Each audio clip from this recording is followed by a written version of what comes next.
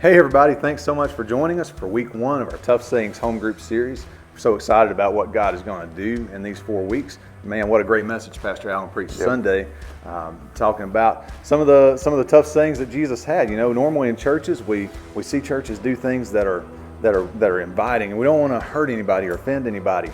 But Jesus actually said some things that caused some of his disciples to tuck tail and run. Yeah, he did. And one of those that I can think of, like right off the cuff, is when he says, eat my flesh and drink my blood, right? Yeah. And so Jesus does want us to challenge us. He wants us to grow, and he wants us to be close to him.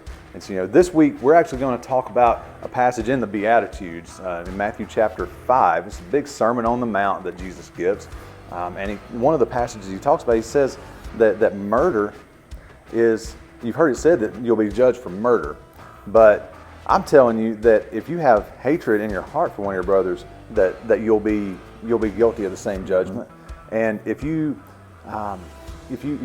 even call your brother a fool, right, that you're guilty of the fire of hell. So he takes this idea of saying, murder that we all know is like, that's our ultimate sin on earth. And he says, look, if you even hate somebody or call somebody a name, I mean, this is the same heart problem. It's the epitome, yeah. And he goes even farther and says, like, if you commit adultery, that's wrong. But he takes it a step farther in that and says, if you even looked at a woman lustfully, you've committed adultery in your heart, which is really key where we're headed with this. Yeah, so that's it. He's saying that we're not talking about the big publicity of sin. We're talking about the heart problem. He brings it back to the matter of the heart. That is true. That is so right. And scripture that points to that is 1 Samuel 16:7, when it talks about how man looks at the outward appearance. We easily look at the outward appearance of people, but it says God looks at the heart. Right. So for us, the easiest thing we can do, and what we do as humans is, and we look at your sin and we look at your sin and we say, well, how dare you, in essence. Like, I see your sin and I know what your sin looks like, and we don't, know your heart, but we also don't rightfully look at our heart. We look at your sin, but not our sin. And we don't look at your heart, and we sure don't look at our heart. But God takes it a step farther and says, it's not about what you look like. It's about what you are on the inside. And we work really hard, very hard, especially in the church, to act holy instead of necessarily doing what God's called us to do, which is within your heart, be holy. Yeah, so one of the same passage that we read, it's the one that goes on to say, if your right eye causes you to sin, pluck it out, and if your right hand causes you to sin, cut it off. And this is, I don't think this is talking about physically cutting off. I think he's speaking big picture.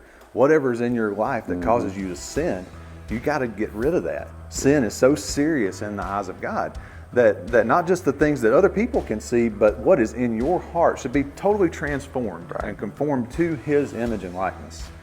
I remember back a few years ago, I actually had an issue where I was struggling with watching pornography. I know Pastor Allen shared that, his struggles with that back in the summer, and he shared statistics that say that it is running rampant in the church, and I'm one of those that had fallen to that at one point, and so in my home, my wife and I, we actually turned off our home internet for over a year, so that I could just detox and get that out of my life, because I owed it to my right relationship with her was more important. My right relationship with God was more important than being able to do whatever I wanted on the internet at will.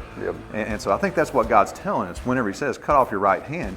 Whatever it is that's in your life that enables you to turn from me, get that out of your life. Get rid of it. And man, to take it to that serious level, when God says things are evil and he likens sin to evil, gosh, he is really point blank saying it is so important. Like, one of the most important things you can do is to get rid of that thing, and that points straight to it. For some, it may be, man, I can't handle my finances and my spending like I should, and this credit card that always gets us in a bind, gets me out of hand. Cut that thing. I need to get rid of it. Literally, instead of continuing to fall into the same trap, let's get rid of that thing, or that's cutting off cable or Netflix, the thing, and that's Facebook. Yes, the very thing that will so easily trip you up, as Scripture says. Not necessarily always the sin, but the weight, that can come along with those things. And having a credit card, for example, is not a sin, but if it trips you up and causes you issues, he even likens that to saying, hey, you've got to lay that stuff aside and completely get rid of it. Yeah. So as you start your group discussions tonight, I want y'all to take a minute and think about this idea of public sin versus private sin, and really try to discuss, why is it that we see public sin as so heinous, but private sin as things that, well, that's my business. You hear people say things like, well, only God can judge me.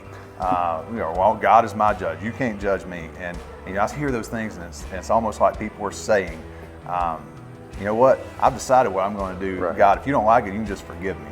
Yep. And that's such a poor attitude to have. I want us to take some time to kind of discuss how God views sin in our heart, whether it's public or private.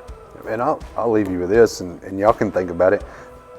If we say, God's my judge and only God can judge me, in all honesty, I'd probably rather fall into the hands of a human judging me than God judging me, because, like I said, we tend to see the sin on the outside. God judges our heart, and man, we're wicked in our heart. So don't fall into the hands of an angry God. Right?